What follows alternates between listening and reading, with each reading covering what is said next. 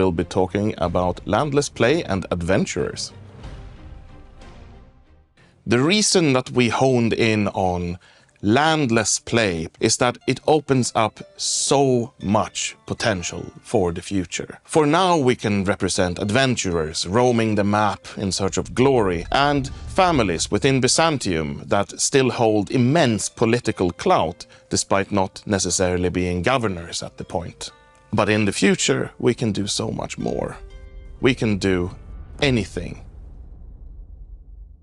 For as long as I have worked on Crusader Kings, which is 10 years or so, I have wanted to introduce a system of adventurers. I have wanted to roam the map and observe it as a third party and be the kingmaker when I feel like I need to upset the balance and simply roam and enjoy the world as it evolves over hundreds of years.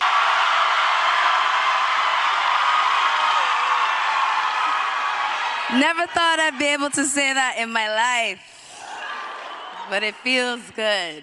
Thank you, Dr. Counter. Thank you to the Harvard Foundation, and thank you, Harvard University, for this great honor. Thank you. I'm incredibly humbled by this, to be acknowledged at this magnitude for something that, in truth, I've never wanted credit for. When I was 5 or 6 years old, I remember watching TV and I would see these commercials and I was watching other children suffer in other parts of the world. And, you know, the commercials where you could give 25 cents and save a child's life and I would think to myself, like, I wonder how many 25 cents I could save up to save all the kids in Africa.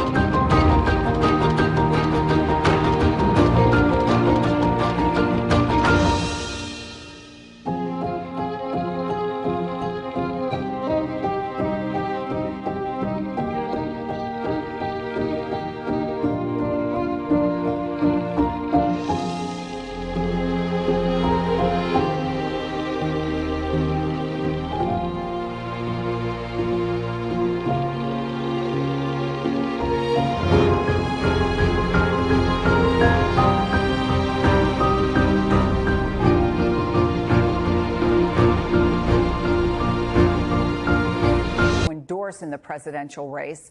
Talk about the difference both in their message and in the reception. The politics of organized labor have been really interesting in this race because what we saw in this race, what we saw in the last race, frankly, was in many cases union leadership backing Democrats and union members in some cases voting for Trump. It's always been an area where he's been stronger than traditional Republicans have been. Here, in the case of this dueling appearances at this firefighters union convention, we saw Tim Walz give a directly pro-labor address yesterday. Now, both he and Vance included elements of their own personal story, their own personal experiences with firefighters, with EMTs, trying to kind of humanize their messages. I think it was very clear that the Walz approach yesterday was more effective in the room than the J.D. Vance approach today. But don't take my word for it. Let's listen to some of both men over the last 2 days. President Trump and I are proud to be the most pro-worker Republican ticket.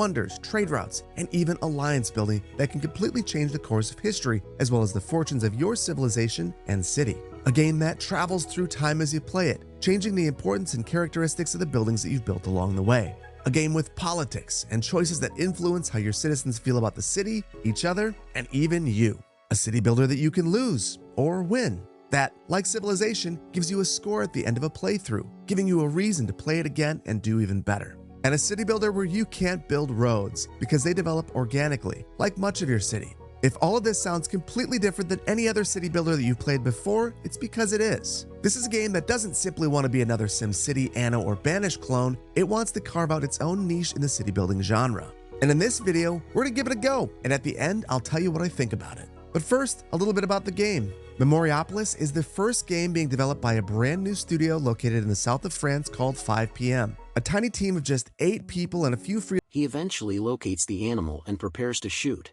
but suddenly a large bald man, Ryan Verrett, emerges and pushes Dale off a cliff, resulting in his death. Ryan, a former cop seeking revenge for the murder of his family a few years earlier, Dale was one of the killers.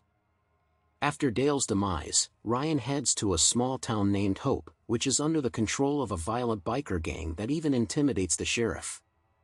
Undeterred, Ryan proceeds to the town. At a gas station in Hope, he purchases some items and inquires about accommodations from the owner, Kirby, who mentions the only motel in the area run by a young woman named Darcy. The motel has few guests because people avoid visiting Hope. Darcy is astonished at Ryan's boldness in coming to the town, but he insists he has business there. Meanwhile, an FBI special agent named Frank is collaborating with his team to apprehend Dale, who is also a rapist. During their conversation, we know what he can do for club and country. We saw him obviously in the Euros the time before last, how effective he is. He's had his injury problems, that really, really serious knee injury as well.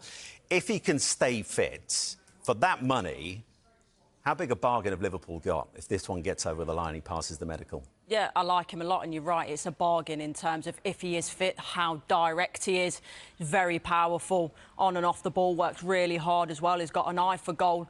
At the moment, I don't see him going in and starting. You look at the, the quality that Liverpool have got in, in that forward line in the wide areas. It's certainly not a player to go straight in and start. But for one, he had some fantastic depth to the squad. Then when he gets himself fit, he will be in a position where he can start, obviously, trying to really force himself into that first team. But for now, I just think it's a fantastic bit of business for Liverpool in terms of their squad depth going forward, and a little one for the future as well. And that's the thing, Tim, isn't it? Because we were talking about this earlier. The Champions League is an expanded format this year, and of course, as I mentioned, Along with a comment section filled with absolute scorn on Disney, the teaser trailer has become one of the most hated trailers of all time, and the film has become everything wrong with Disney in 2024. And while the movie has tragically been ruined by Disney, it's almost comical to watch them mess up the movie this badly. I mean, for starters, the original version of Snow White was to include Snow White and her 7 magical Force diversity dwarfs, who aren't even dwarfs themselves. And when actual dwarf actors started complaining that Disney was in fact not actually inclusive and dwarfs were excluded for the role as dwarfs, Disney changed their tactics. Now in the new trailer, they have just replaced all of the actors entirely and made the dwarfs CGI, and the results look as you'd expect, absolutely awful.